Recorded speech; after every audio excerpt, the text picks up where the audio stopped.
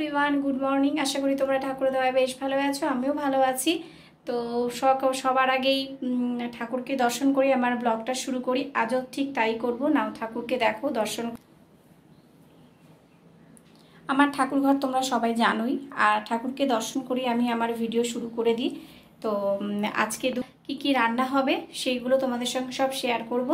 তো পরপর দেখবে, তোমরা ভিডিওটা স্কিপ না করে অবশ্যই একটু দেখো, খুব ভালো লাগে।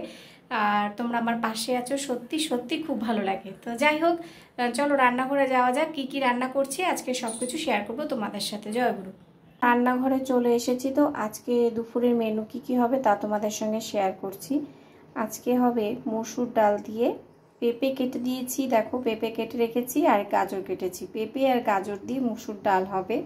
আর এখানে পটলগুলো কাটা রয়েছে গোল গোল করে, পটল আলুর তরকারি হবে, মানে সবজি হবে, পটল আলুর সবজি। তো আলুটা প্রেসারে দিয়ে দিব, আর পটলটা কেটে নিয়েছি, পটলটা ভেজে নেব, আর হবে ঢ্যাঁড়স ভাজা। তোমরা ভিডিওটা স্কিপ না করে অবশ্যই দেখতে থাকো।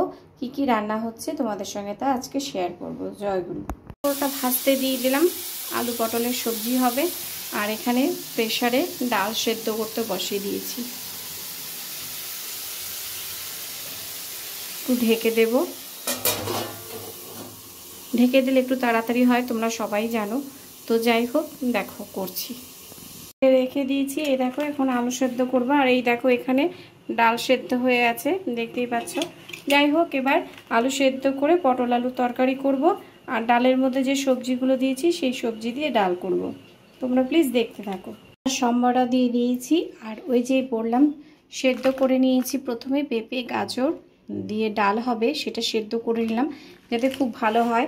তো এর মধ্যে ডালের মধ্যে এবার দিয়ে দেবো, খুব ঝটপটও হবে আর সুসেদ্ধ হবে, যাতে খেয়েও সব দিক দিয়ে ভালো হয়।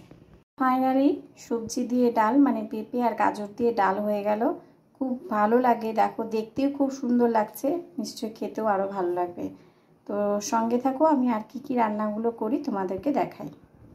তরকারির জন্য পটল তো প্রথমে ভেজেই নিয়েছি, তারপরেই দেখো আলুটাকে কষিয়ে নিচ্ছি টমেটো আলু দিয়ে, তারপরে মশলাগুলো দেব, তারপরে কষানো হয়ে গেলে তারপরে জল দিয়ে তারপরে পটলগুলো দেবো। পটলের তরকারিটা হয়ে গেছে, দেখো এখানে ঘি গরম মশলা দিয়ে নামিয়ে দিয়েছি, ঢাকা দিয়ে রাখলাম। আর এখানে বসালাম হচ্ছে এই ঢ্যাঁড়স ভাজা। তো আজকে বেশি কিছু রান্না করব না গরমে, ডাল হলো সবজি দিয়ে, আর হলো আলু পটলের তরকারি, ঢ্যাঁড়স ভাজা। তো তোমরা খাওয়ার সময় একেবারে পুরো দেখবে কি কি রান্না হলো আজকে। এভরিওয়ান, আশা করি তোমরা ঠাকুর দেওয়া বেশ ভালো আছো, আমিও ভালো আছি। স্নান হয়ে গেছে, তো এবার দেখাবো তোমাদের দুপুরের মেনু কি কি হচ্ছে।